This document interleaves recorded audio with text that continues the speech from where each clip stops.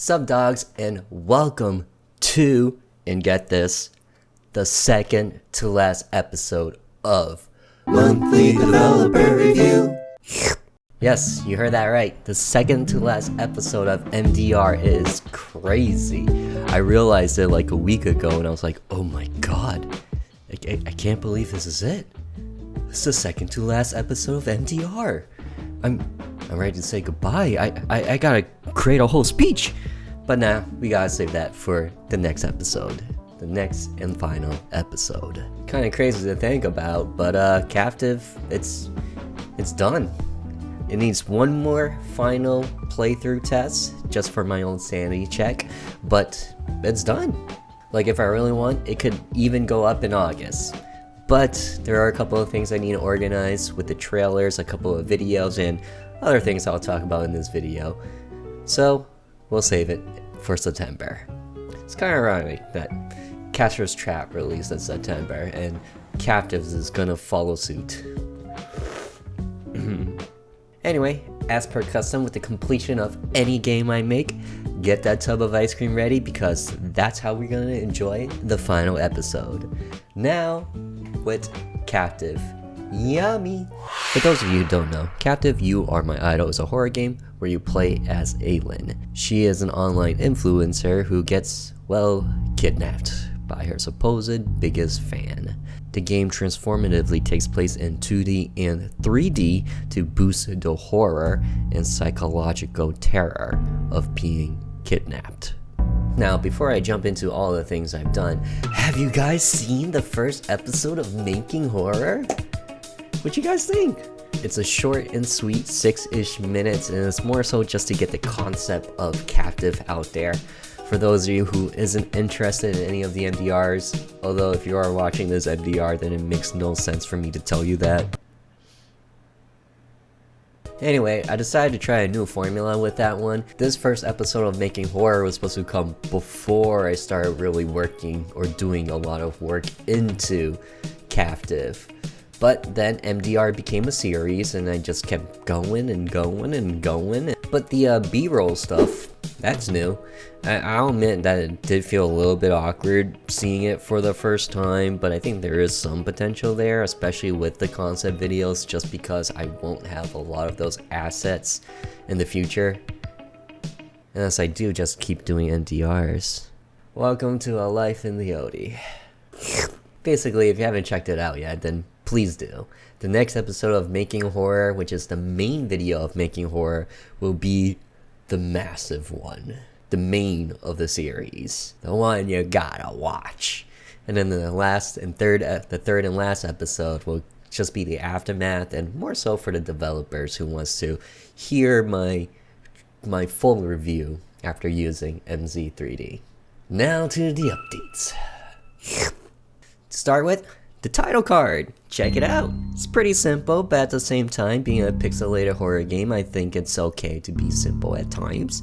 I don't really have that art talent, so I gotta do with what I know that I can do. If you remember in the last MDR, I talked about these save images and how I wanted to go about it. Well, turns out I decided to do images depending on what part you are in the game, yet again. I don't know, I just find it so very convenient as the player. I decided to have only 2 save slots, both of which are autosaves. One is for the timeline so that you can constantly go back to it, and then the other of which is if you're not in a timeline and you want to replay a certain section, like if you get murdered and you need to continue off of there, as opposed to having to jump back into the timeline and then jumping back into there. So I'm trying to make it as convenient as possible for my players. I decided to just take screenshots of scenes in the game so that the player can be like, oh yeah, I recognize that scene. I know exactly where I am with that save. But for Caster's Trap, I think I do like the personalized pixel art images that describes the scene, just because with Captive you do have timelines and you're jumping all over the place, but with Caster's Trap it's more so remembering which part of the game that you are in, or which part of the game that save is particularly in. Not to mention with Casters you get a bunch of saves, but with Captive it's all auto save and it's like 1 or 2 of them. Doing the save images actually didn't take me too much time. It was mostly finding the right scenes to really describe the moment in time that you were in. But after that, I then worked on, and this is gonna surprise you the most, but I worked on the BGMs and managed to complete them all in the single month of July. That is wild. If any of you guys came from the Caster's Trap days, then you'll know how horrible I am with music, and that for 1 month it'll probably get me 10 seconds of a song. But somehow I managed to get them all for Captive in the month of July, and that was just mind-blowing to me. I think it does go back to this game being a little bit more atmospheric, less having to try and figure out the melodies, and just more so finding the right tone for the moment. So, yeah. Let's see, how many BGMs did I make this time? There is a total of 11 BGMs, and I will admit I did cheat a little bit where I kind of took the same rhythm from one song and just put it into another song. So I will admit I did cheat a little bit there, but I think with this game you'll notice it less when you play through it as opposed to just letting it play one song after another like an album. So yeah. So yeah, doesn't sound like a lot of updates. Actually, one major update I did was the achievements. I finally got it all into Steam, got the achievements up there, and it works. Now, I know a lot of you guys are going to be interested, especially if you're new to RPG Maker, as to how I got the achievements up there, and I will make a video. But it won't come out for another 2 to 3 months, just because I do want to complete and finish Captive, and then I'll do the achievement stuff. But for those of you who are eager and wants to get ahead of the curve, or ahead of the group, Neko Gakuen, this person is my hero for implementing the achievements. They got a very simple website, just follow the steps. Although I will warn you that their script is 9, maybe 10 months old now, and no matter how much I tried, I could not get it to work with the latest version of the SDK. So just do the conversion. Not 10 months ago, look for the SDK version that was 10 months ago, use that one. Alright, so what's there left to do? Well, if Caster's Trap is done and it's up on Steam, how could it possibly release in September instead of August? Well, it actually all has to do with pushing it out there. I gotta make the trailer, I gotta figure out a release date, I gotta do the videos for making a horror to complete that series in preparation of the release of the game, and I just gotta start posting more to Instagram, TikTok, YouTube, Reddit, maybe some RPG Maker forums. Just get it out there, you know? So there's still a lot to do, and I just want to make sure that it has a good release. That's pretty much it. Alright, and with that, we are done with the development talk and moving on to the rest of my July. So if you're not interested in it, then thanks for tuning in. Otherwise, we got some anime, some travel, and some One Piece to talk about. Not in that order.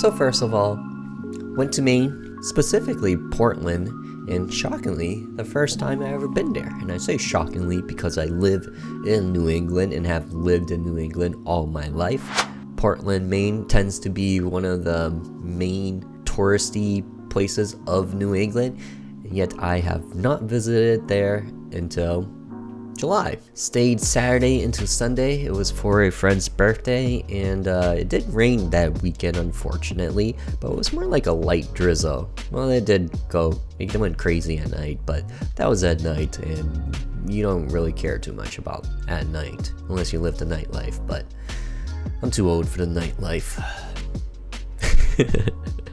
But anyway, we went to a restaurant called Eventide, or Eventide, not sure how it's pronounced, but it's an oyster bar, and it's definitely a foodie type of place as opposed to a meal that'll get you full. What I mean is that the portions are pretty small, the price is really high, but the quality is also really high. It's meant to match its price, and I will say it's very tasty. I don't like oyster or clams at all though, so I ended up getting, well, here's some pictures. If you happen to be a foodie, then I would recommend the place. It was very, very tasty, but I'm a cheap quantity over quality sort of dude who loves buffets. If you're familiar with any of those Chinese buffets where the food is pretty mid to low, but the price, ooh, the price is like 20 bucks for all you can eat. That's my place to be. Anyway, I also went to check out this lighthouse. If it was a nicer day and if that was our destination in the first place, probably would have been a nice spot to have like a picnic or just a field day of sorts. Just an outing, really. But yeah, it was more so a detour while I waited for the rest of my friends to arrive. And then to finish up the trip at night, we went to Round 1, which is perhaps my favorite arcade here in the States. It has a lot of crane machines and just arcades from Japan that's been imported over here. Rather than being a simple claw machine that just drops down, grabs, and brings it to the prize chute, it instead is more so about pushing and nudging the prizes. And in a way, it's kind of like grinding for your goal. There are some rare chances where you will just get it on your first swipe or your first attempt, but for the most part, a lot of them usually takes a couple of tries before you actually get the win. Each Round 1 is a little bit different. I would say this Round 1 in Portland or next to Portland, Maine, it's not the greatest one.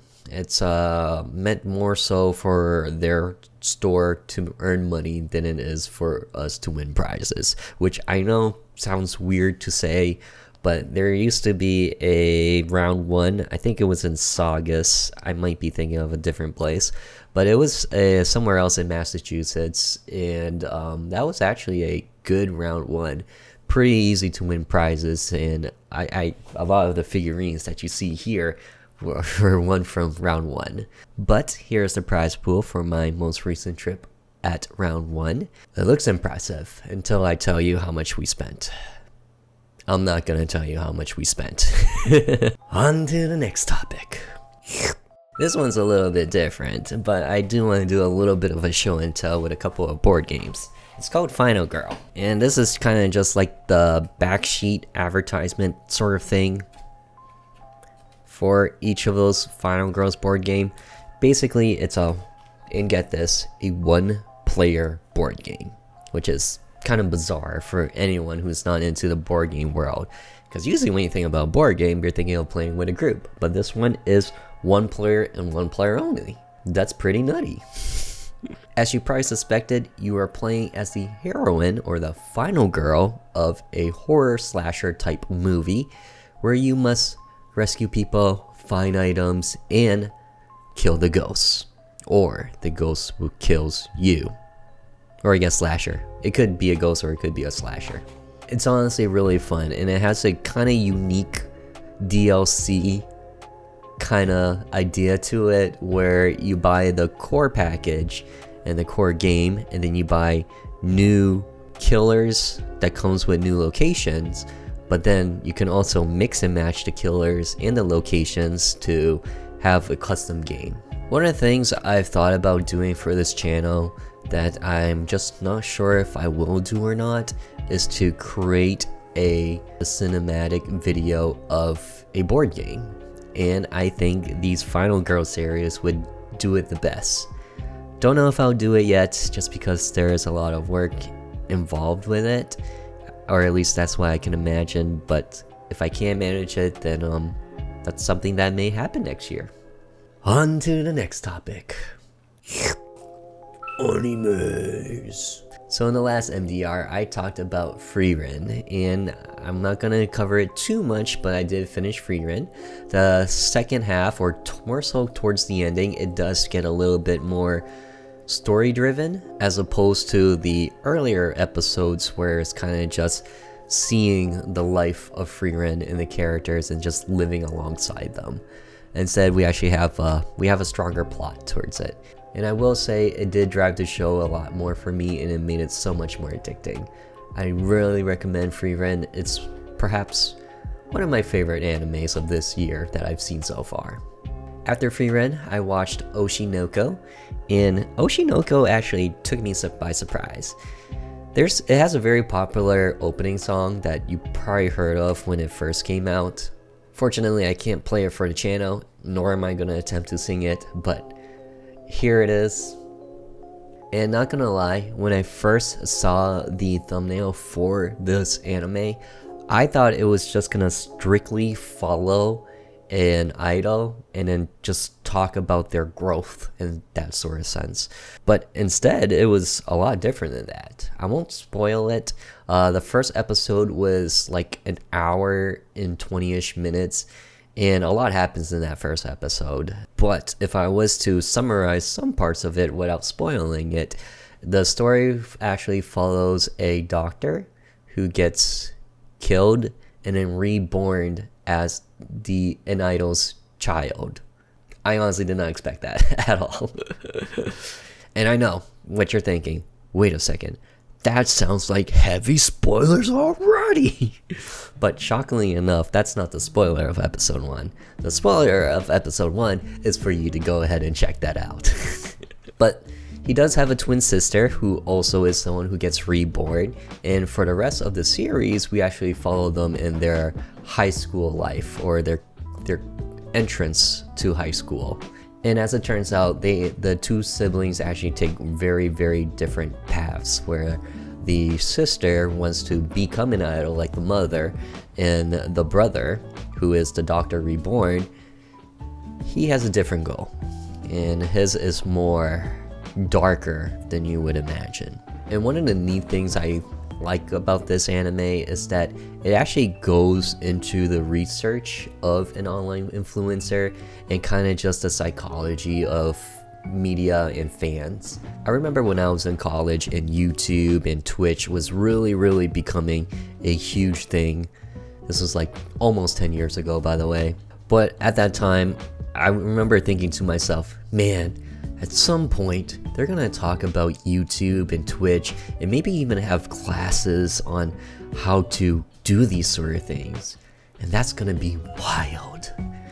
And lo and behold, someone did the research, the psychology behind Twitter, basically, and being an online influencer. Fair warning, there is talks about suicide and depression in this anime, and it even dives into the psychology of mob mentality and cancel culture.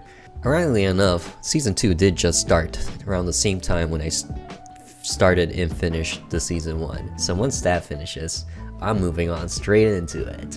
As you can tell, I'm more of a show binger than a week by week newly released watcher. I just got no chill when it comes to these. Next up is Kaiju number 8. And for those of you who don't know what a kaiju is, it's a term given to basically monsters. More specifically, giant monsters, or basically Godzilla. He's considered as a kaiju. And as Kaiju number 8 probably sounds, it's a military that fights kaijus. But the main character is actually someone who's such a normie, and no matter how hard he tries to be part of the military, he just doesn't have it in him. It's like he's born as a wimp, but he still tries his very best. Well, as it so happens, he does a very heroic act in episode 1 that gets him hospitalized. And in the hospital, a fly or mosquito-like kaiju enters his mouth. And when it does, he somehow transforms into a kaiju. except he's able to control this transformation where he can turn kaiju and turn back into human, and it's pretty insane. Well, thanks to this new kaiju power, he is able to finally enlist in the military against kaijus, which is kind of ironic. You become a kaiju to kill other kaijus. Anyway, there's two things I really love about this anime, kaijus aside, because clearly I have a bias towards them, is that our main character, Kafka, he tends to have a bit of a Goku energy, where he's all about doing things for people, and he has this very, very uplifting, happy attitude. And also thanks to the kaiju inside of him, he's also quite OP. So he does give me a little bit of that Goku energy, and I find that to be very easy for me to watch, probably because it hits that level of nostalgia. The other thing is that in movies and writing and storytelling, there's something called beats to a story, and beats is essentially what influences the viewer's emotions as you watch the show. I find that Kaiju number 8 hits those beats very well. Like, when it gets serious, it knows when to throw in some comic relief to loosen that tension. It knows how to build up. Not all ending is a cliffhanger, but it does ramp up pretty nicely where it does make you want to watch the next episode. I could probably just be biased because of there are kaijus. After Kaiju number 8, I finally decided to continue Jujutsu Kaisen. I saw the first season way back when, and if you haven't seen JJK and you're a horror fan, highly recommend it. For powers and stuff like elements like ice, water, wind, and so on, there are abilities known as curses, and these curses can be quite specific, like space and time curse energy, or the ability to consume curses and steal those abilities, or something very similar to a voodoo doll where you are the voodoo doll, so when you get injured, you can transfer that energy and that damage to someone else. So the powers are very unique in this anime, and as you can imagine, there are demon-like entities that will thrive to torment people or consume people, and you have a school that's been built to train these curse users to fight and defeat the evil curses in the world, using your curses, ironically enough. Well, I finally decided to watch the movie JJK Zero, and what I assumed from the title was that it will be a prequel, and it was a prequel to the first season. Very enjoyable. It was a very easy watch. Now I'm entering the second season. I'm only like a quarter way in, and like crazy things are happening, to some of the main characters. But what I didn't know, jumping into it, was that the first half was going to be a prequel, and then the second half will continue off after season 1. But it's like I've kind of seen the spoilers in season 1, so when something terrible happens to our main cast, I'm like, yeah, it's cool, it's whatever, they'll be fine because I've seen season 1. And that's kind of how I am with this first half of JJK. I'm kind of just slowly going through it, even though insane things are happening. I'm just like, yeah, I've seen the spoilers, they're fine in the end. Alright you guys, and that is my month of July. I hope you enjoyed the video. Give it a thumbs up if you did, and hope you guys are really prepared to see a whole bunch of stuff for Captive. Starting with a trailer, maybe a couple of shorts, and especially the main feature of making horror. So excited to get started on working on that and pushing all of that out there. So many fun things to come. Alright. Take care, and don't forget that tub of ice cream. See you in the next one. Till then, take care and bring that ice cream, and take care and bring that ice cream, take care and bring that ice cream. I'm forever in a time loop. Later.